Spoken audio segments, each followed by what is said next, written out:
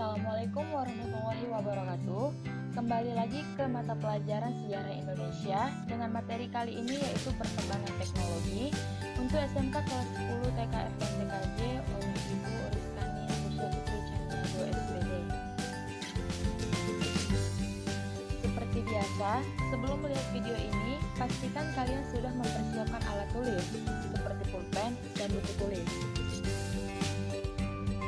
Yang pertama adalah antara batu dan tulang. Peralatan pertama yang digunakan oleh manusia purba adalah alat-alat dari batu seadanya dan juga dari tulang. Peralatan ini berkembang pada zaman Paleolitikum atau zaman batu tua. Zaman batu tua ini bertepatan dengan zaman Neozoikum, terutama pada akhir zaman Tersier dan awal zaman Kuarter. Zaman ini berlangsung sekitar 600.000 tahun yang lalu. Zaman ini merupakan zaman yang sangat penting karena terkait dengan kemunculannya kehidupan yang baru, yakni munculnya jenis manusia purba. Zaman ini dikatakan zaman batu tua karena hasil kebudayaannya terbuat dari batu yang relatif masih sederhana dan kasar. Kebudayaan zaman Paleolitikum ini secara umum terbagi menjadi kebudayaan Pacitan dan kebudayaan Ngandong. Yang pertama, kebudayaan Pacitan.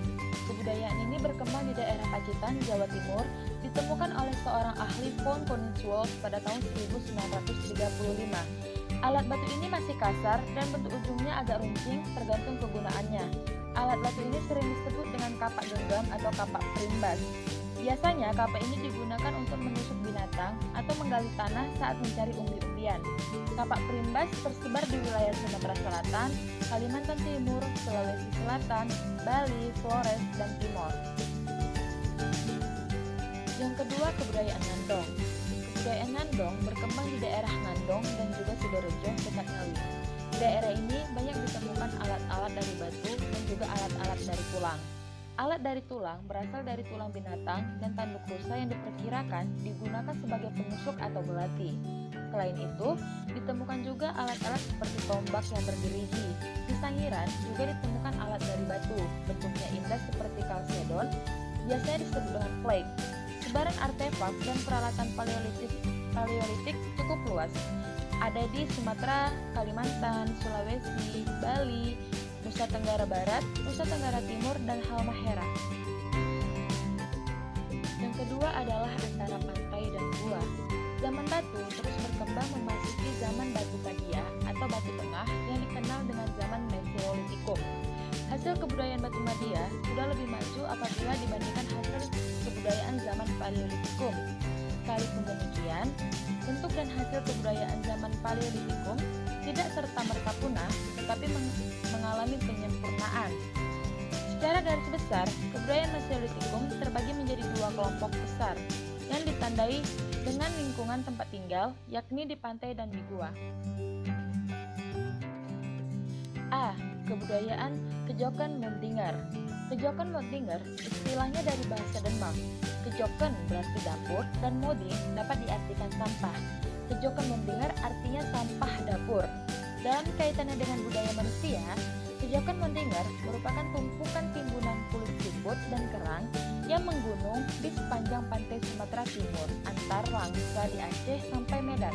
Dengan Kejoken Muntinger ini dapat memberi informasi bahwa manusia purba zaman Mesolitikum umumnya bertempat tinggal di tepi pantai. Selanjutnya ada kebudayaan Abu Sojroch. Kebudayaan ini merupakan hasil kebudayaan yang ditemukan di gua-gua. Hal ini mengindikasikan bahwa manusia purba pendukung kebudayaan ini tinggal di gua. Kebudayaan ini pertama kali dilakukan penelitian oleh Ornstein Kallenspolf di Gua Lawa dekat Sampung, Ponorogo.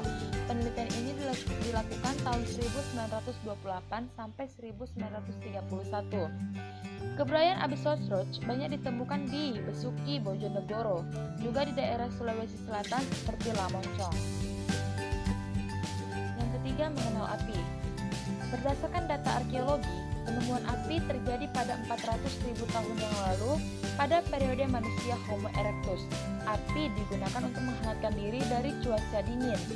Di samping itu, penemuan api juga memperkenalkan manusia pada teknologi memasak makanan, kemudian juga menggunakan api sebagai senjata dan menggunakan api sebagai penerangan. revolusi.